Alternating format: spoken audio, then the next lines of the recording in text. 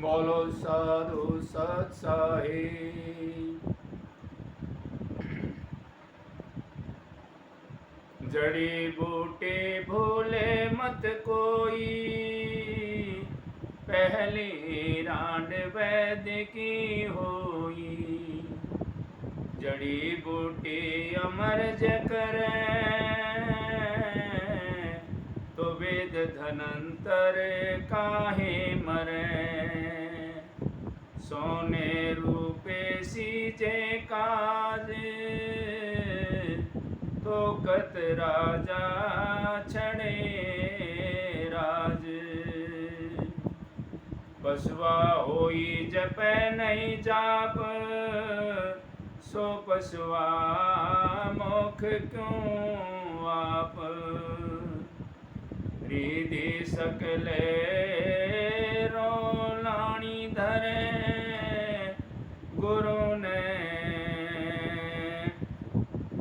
खोजे मूर्ख मरे। रोलाणी आगे बसे फूल, गुरु की वाचा गया जो भूल। अकल पुरुष के सकल नियाव, मीठा बोले झूठा भाव। सत बोले सोई सतवादी, झूठ बोले सो महापापी। देखत बोंधु विषया पाई, झूठा बोले मर मर जाई। जैसा करे सो तैसा पाए, यकोतर से पुरखा नरक ले जाए। एक पुरख बहु भांति नारी, सब निरंतर आत्मा सारी।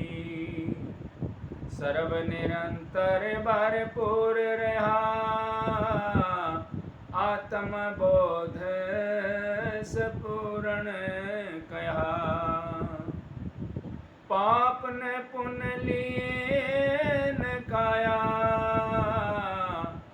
आत्मा बोध कंथत श्री गोरख राया।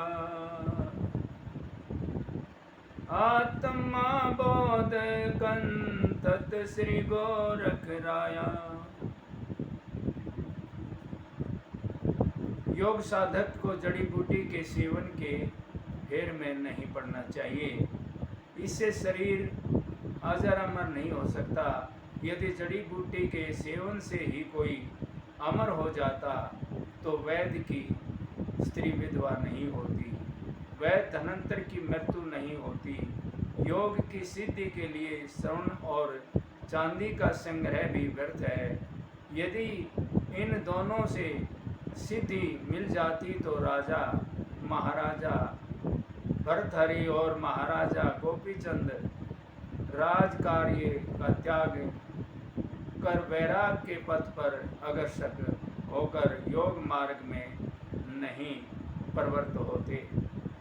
अज्ञानी मनुष्य तो पशु है, जो जड़ी बूटी और सोने चांदी में विश्वास कर और अजपा जाप द्वारा हंस गायत्री मंत्र को सिद्ध नहीं कर पाता और मोक्ष प्राप्ति अथवा आत्म स्वरूप बोध तथा परमात्मा साक्षात से सर्वदा दूर हो जाता है। इस तरह से महाराज समझाते हैं कि बिना गुरु की प्राप्ति के आत्मबोध नहीं प्राप्त हो सकता। सोना चांदी का संग्रह कर घर बसाकर और रावलिन योगिनी के संग में निवास करना भ्रम मात्र है। जो प्राणी अपने शरीर में ब्रह्मरंध्र में विफल निराकार पर ब्रह्म परमेश्वर का स्वरूप बोध प्राप्त कर लेता है, वह समस्त प्राणियों में अलख निरंजन परमात्मा की विद्यमानता का अनुभव करता है। उसके जीवन में राग द्वेष द्वंद्व आदि के लिए स्थान नहीं रहता। उसका सब काम सद्व्यवहार ही होता है। वह सत्य बोलता है, मीठा बोलता है, वह सत्यवादी है। झूठ बोलने वाला पापी होता है। असत्य भाखी भोंदू है, अज्ञानी है। असत्य बोलकर मृत्यु का ग्रास बनता है। सत्यवादी अमृत में निवास करता है। यह सनातन सत्य है कि जो जैसा करता है वैसा फल पाता है। इसलिए असत्य भाषण से सभी पितर नरक में पतित हो जाते हैं। सारे प्राणी ही नारी रूप में एक पति परमेश्वर के उपासक हैं। सभी का स्वामी परमेश्वर है। आत्मा ही सर्वव्यापक परमात्मा है, पूर्ण है और सदा रचर परमात्मा में स्वस्थ है। यही आत्मबोध है। इस काया पाप पुण्य में लिप्त नहीं होती। इससे काया पाप पुण्य में लिप्त नहीं होती। प्राणी आत्म रूप होता है। इति श्री गोरखनाथ आत्मबोध पठन्ते करन्ते गुणन्ते कथन्ते पापे न लिखन्ते पुण्यते। ओम नमो शिवाय, ओम नमो शिवाय। गुरु मच्छंदर नाथ पादुका नमस्ते। ये गुरु गोरखनाथ महाराज के प्रश्न है। कहते हैं कि भाई इस तरह से पूर्ण रूप से सतगुरु की खोज करो, बोलो साधु सत्संग।